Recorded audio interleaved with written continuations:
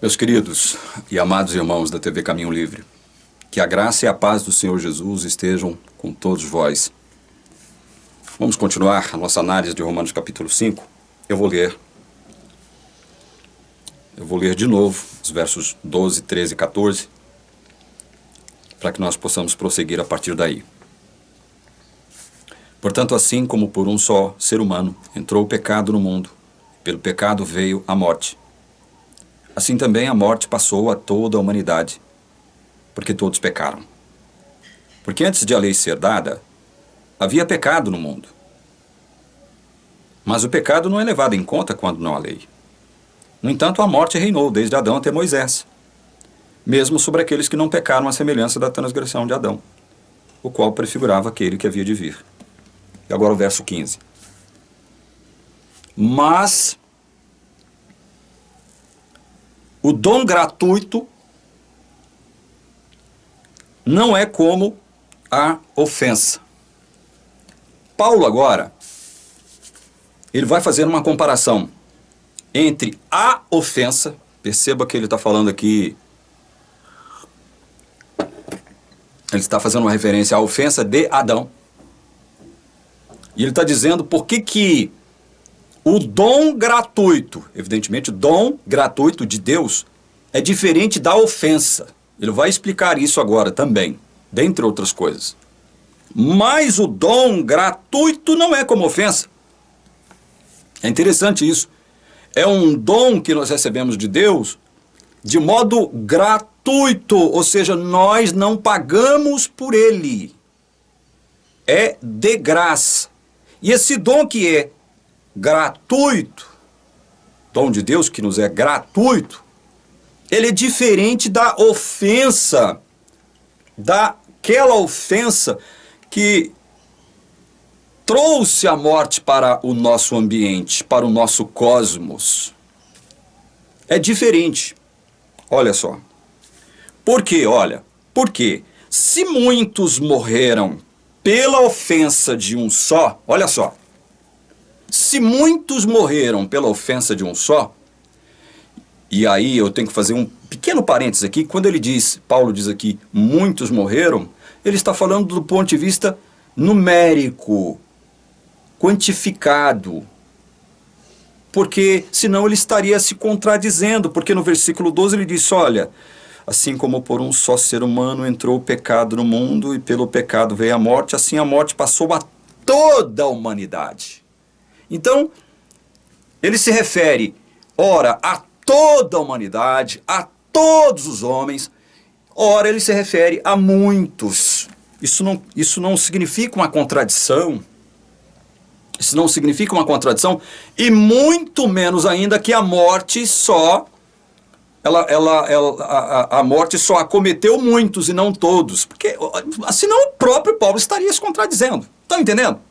Então é necessário nós entendermos esse jogo de palavras ao qual Paulo se utiliza aqui.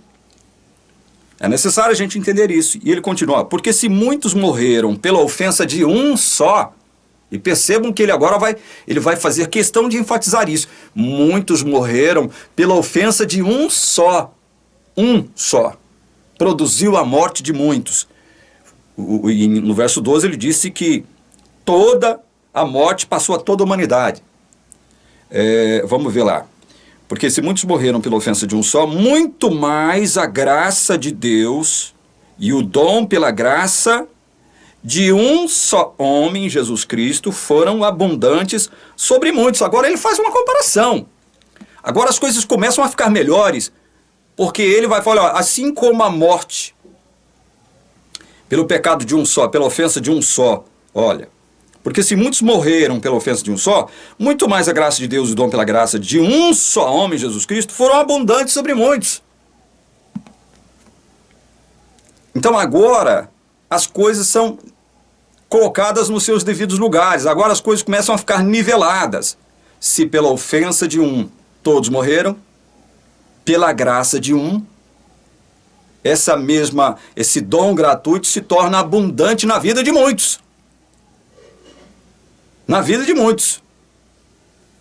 E esse muitos aqui não possui o sentido de absoluto de todos os seres humanos da face da terra, porque senão todos inevitavelmente seriam salvos.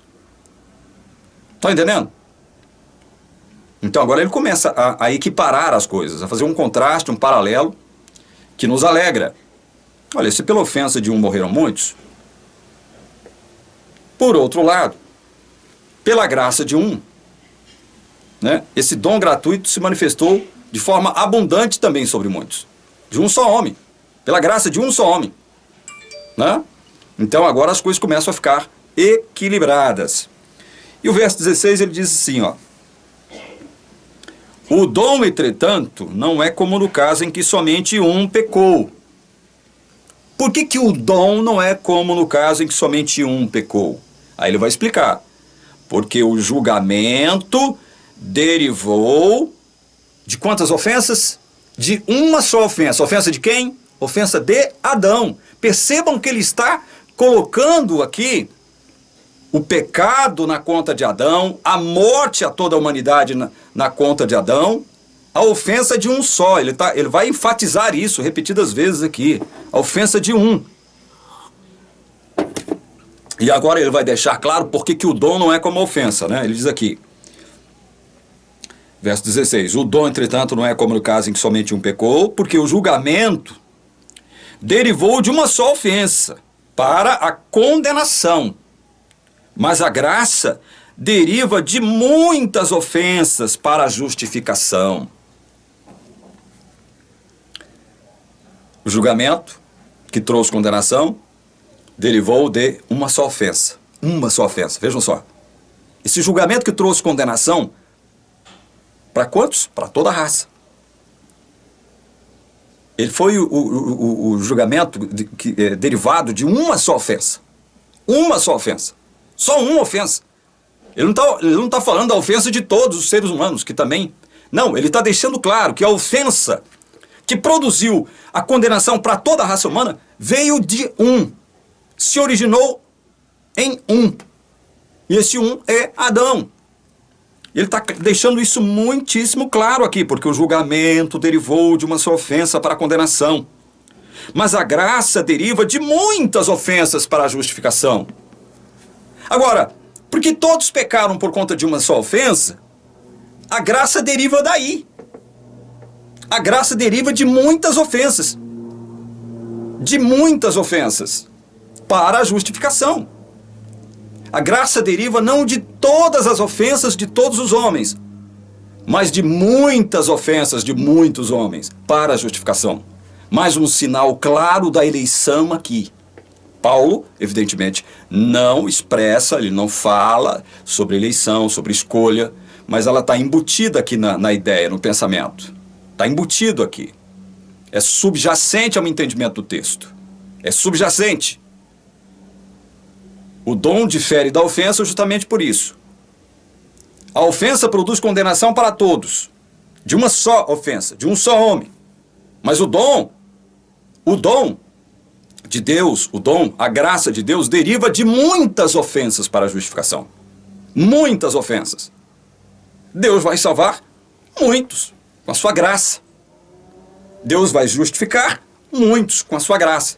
Nesse aspecto, há uma diferenciação entre a ofensa de um e a graça de Jesus, que deriva de muitas ofensas. Entendem? A comparação é claríssima. Só erra aqui quem quer. Verso 17. Olha só de novo como Paulo é enfático, repetitivo até. Se a morte reinou pela ofensa de um e por meio de um só... Veja, gente. Se a morte reinou por meio de um só... Vejam só como ele está admitindo aqui que a morte, essa morte que faz parte da experiência de todo ser humano da face da terra, ela é proveniente da ofensa de um só. Por isso é que quando ele afirma o que ele afirma no versículo 12, eu vou ler de novo, assim como por um só ser humano entrou o pecado no mundo, e pelo pecado veio a morte, e assim também a morte passou a toda a humanidade, porque todos pecaram. Então, quando ele diz aqui porque todos pecaram, que a morte passou a toda a humanidade porque todos pecaram, Mas todos pecamos em Adão. Foi a ofensa de um só que trouxe para a terra o império da morte. Entendem? Veja que Paulo ele não deixa margem para erro.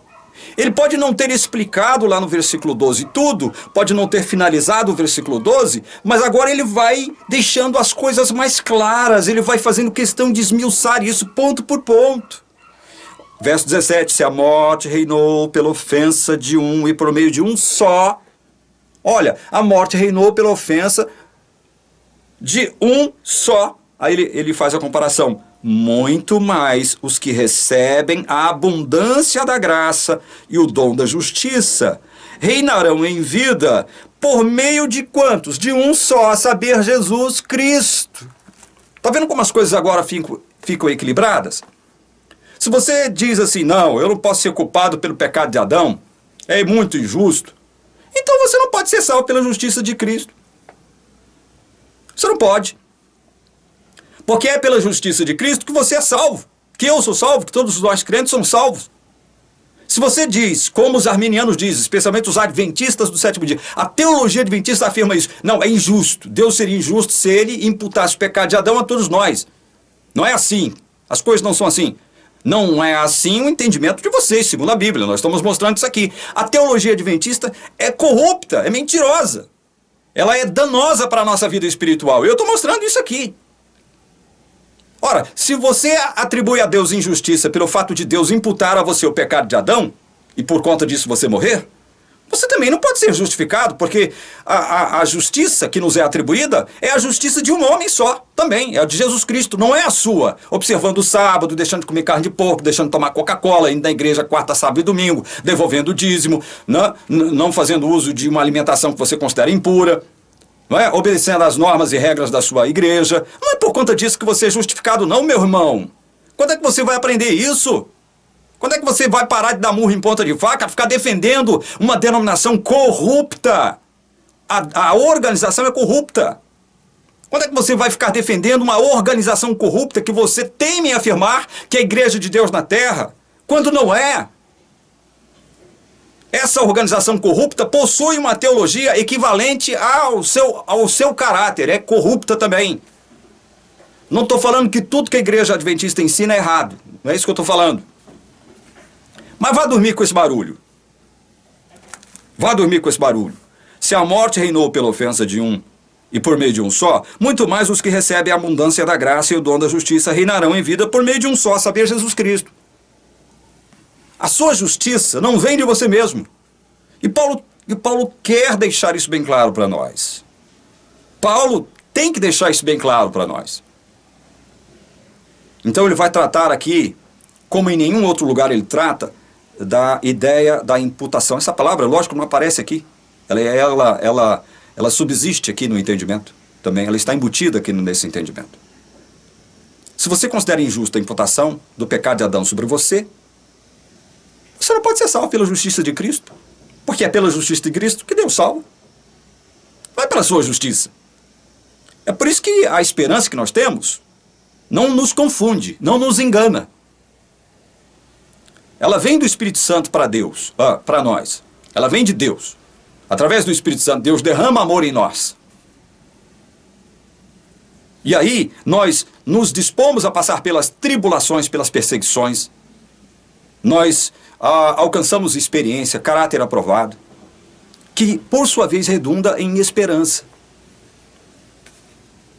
Porque Deus já fez paz conosco, já se reconciliou conosco. Por conta da nossa suposta justiça? Não, por conta da justiça do seu Filho. Paulo tem que explicar isso aqui. Paulo tem que deixar isso em pratos limpos. Já está na hora de eu encerrar mais esse vídeo. No próximo vídeo eu volto analisando versículo 18 de Romanos capítulo 5. Que Deus te abençoe ricamente em nome de Jesus. Amém.